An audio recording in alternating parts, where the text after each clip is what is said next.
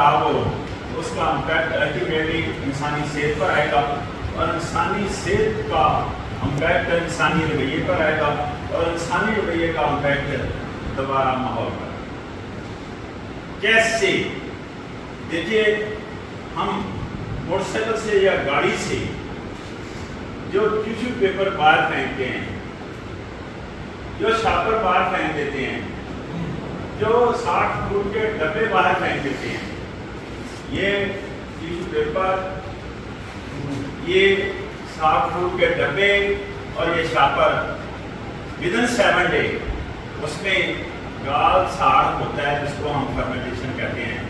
کیا ہوتا ہے؟ گال ساڑ، اور اس میں جراثیم جنم لیتے ہیں، اس میں گندگی پیدا ہوتی ہے۔ تو انسانی رویے نے کیا کردار ادا کیا؟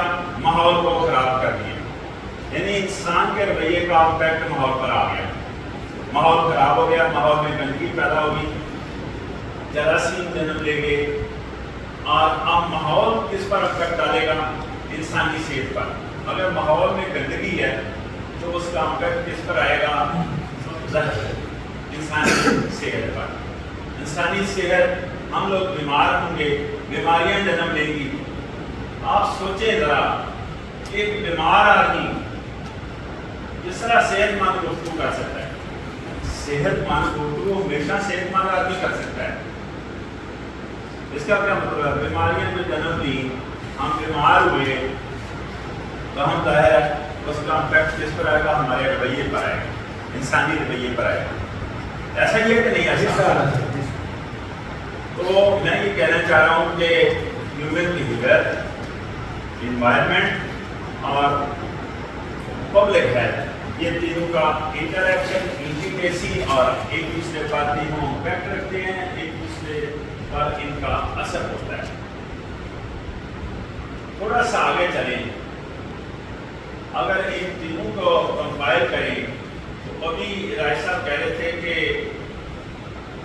انسانی صحت کے حوالے سے یہاں بات چیت کی جائے، تو میں یہ کہنا چاہ رہا ہوں کہ اگر ہم اپنی 3 چیزیں درست کر لیں تو یہ مسئلہ ہمارا حل ہو جاتا ہے۔ انسانی صحت بھی ٹھیک ہو جاتی ہے، انسانی رویہ بھی ٹھیک ہو جاتا ہے، اور ہمارا ماحول بھی ٹھیک ہو جاتا ہے۔ وہ 3 چیزیں کون سی ہیں جو انسان پیدا ہوتے ہی ان 3 چیزوں کو انٹیک کرتا ہے، سیکھتا ہے؟ اب سوچیں کہ ہم گھر کے ماحول سے پہلی چیز بولنا چلنا، دوسری چیز کھانا پینا، اور تیسری چیز چلنا پھرنا سیکھتے ہیں۔ اگر یہ 3 چیزوں میں ڈسپلن ہو، اگر یہ 3 چیزوں میں ڈسپلن ہو، یعنی کھانے پینے میں، بولنے چلنے میں، چلنے پھرنے میں، تو ہماری پوری لائف ڈسپلن کے اندر آ جاتی ہے۔ ایسا نہیں ہے کہ نہیں؟ دیکھیے، انسان جب بولتا ہے، میں بولنے کی بات آپ کرنے لگا، انسان جب بولتا ہے تو باخدا اپنے والدین کی وہ ترجمانی کر رہا ہوتا ہے، وہ سفیر ہوتا ہے، وہ اس سکول کا بھی سفیر ہوتا ہے جہاں سے سکولنگ لی ہے اس نے، اس ماحول کا بھی وہ سفیر ہوتا ہے جس ماحول میں اس نے پرورش پائی ہے۔ ایسا ہے؟